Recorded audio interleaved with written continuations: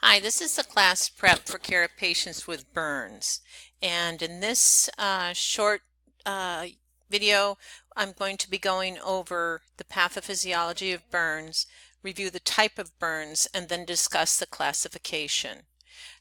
Just as a quick review, the skin is the largest organ of the body, and this schematic shows the different layers of the skin, the epidermis, the dermis, and the subcutaneous tissue, the functions of um, the functions of the skin as a barrier against injury. It has sensation, pressure, pain. So if heat or pressure affects our skin, we pull away from it. Temperature control, it allows for vasodilation and constriction, helps keep our temperature good. And then, of course, excretion, where sweat evaporates through the skin. And what we're going to be talking about next are the actual types of burns. And burns occur when there's a contact between our tissue, our skin, and an energy source. And that could be dry heat, like a flame. It could be moist heat, like scald. It could be contact with a hot metal.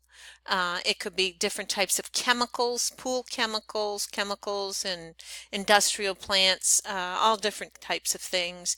Um, Getting in, touching an electrical current, and then lastly, radiation. And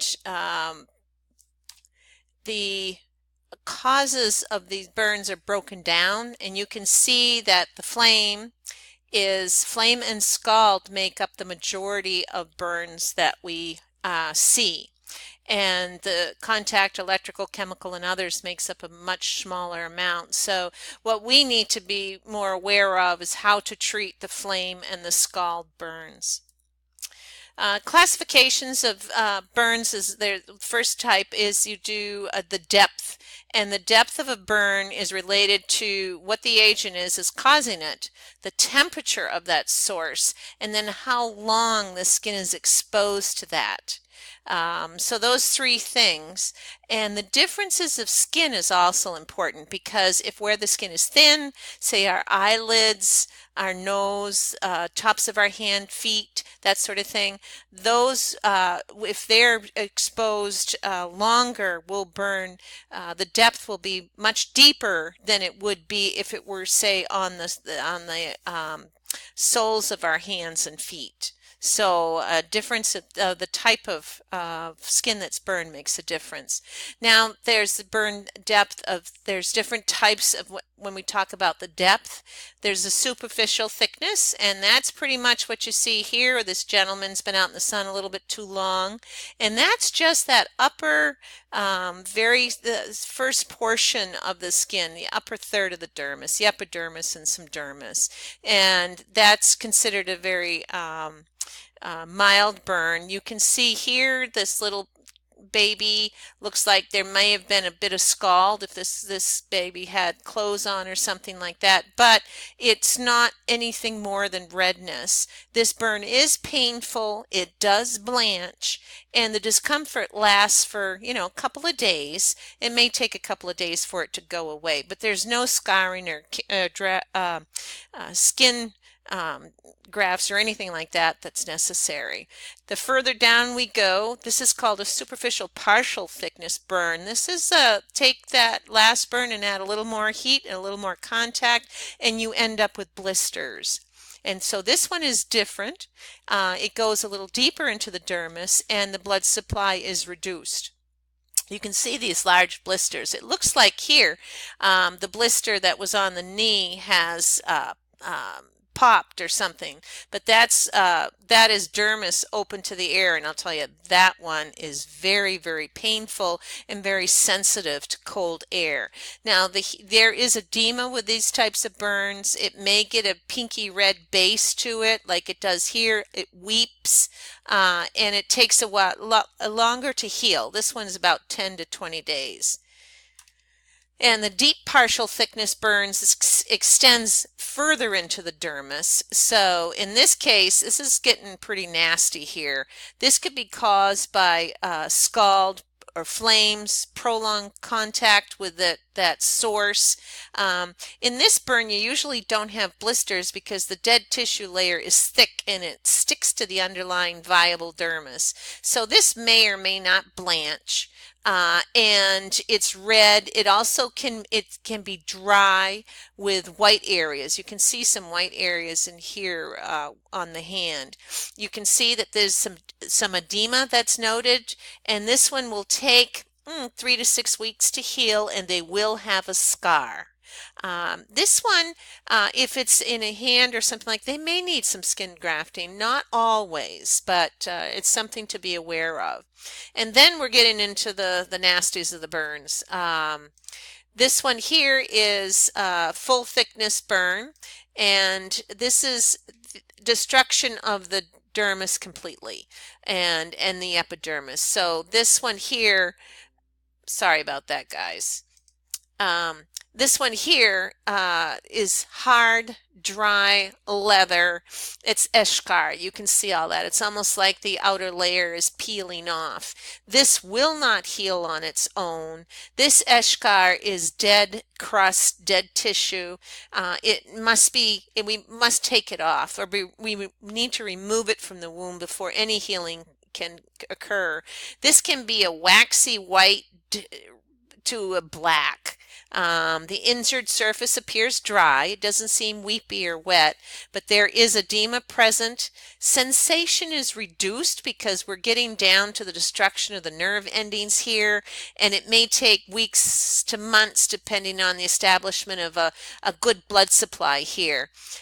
In this case, we would have to remove all of this eschar and do some grafting.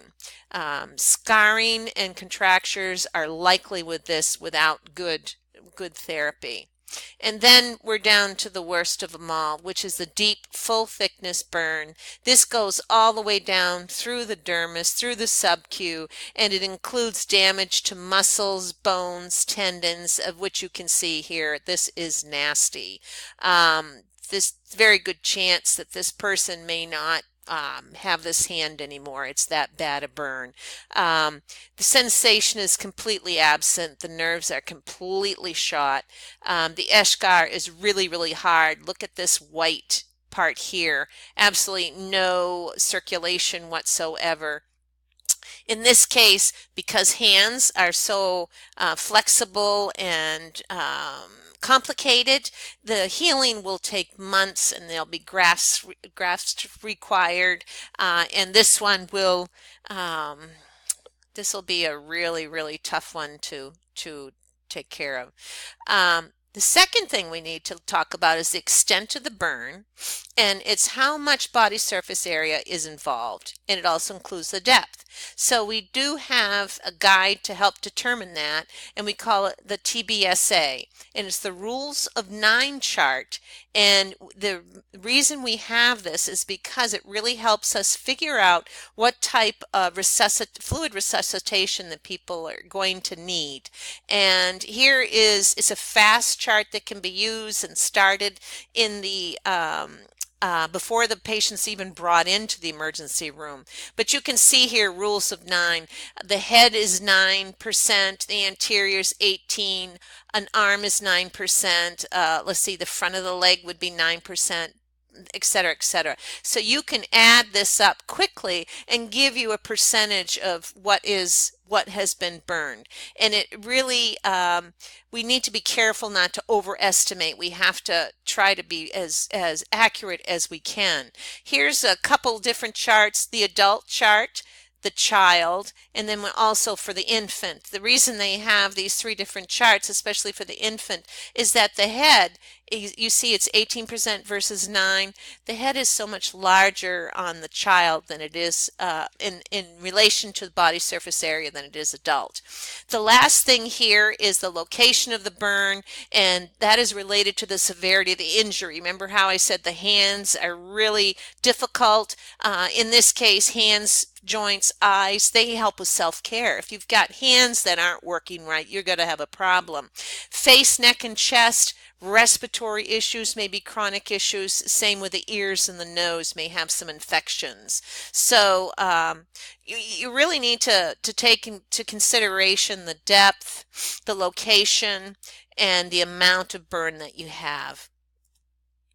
In summary, the extent of the extent of local and systemic problems that cause burns are related to the extent of injury, the depth of injury. So we have them out. I've schematic here where it's superficial, partial thickness, and full thickness, and then how deep they go. The specific body area injured, and the age and the general health of the patient. Older adults don't do as well. Children don't do as well as adults do. Any pre-existing type things like cardiovascular, respiratory, that can make a big, huge difference. If someone's a diabetic, if someone's an alcoholic or has drug abuse, or even is malnourished to begin with, will make a difference. So that is the end of the prep. I always like to leave you with something a little more uplifting because this is a tough subject. So if you have any questions, please let me know, and I'll look forward to seeing you in class.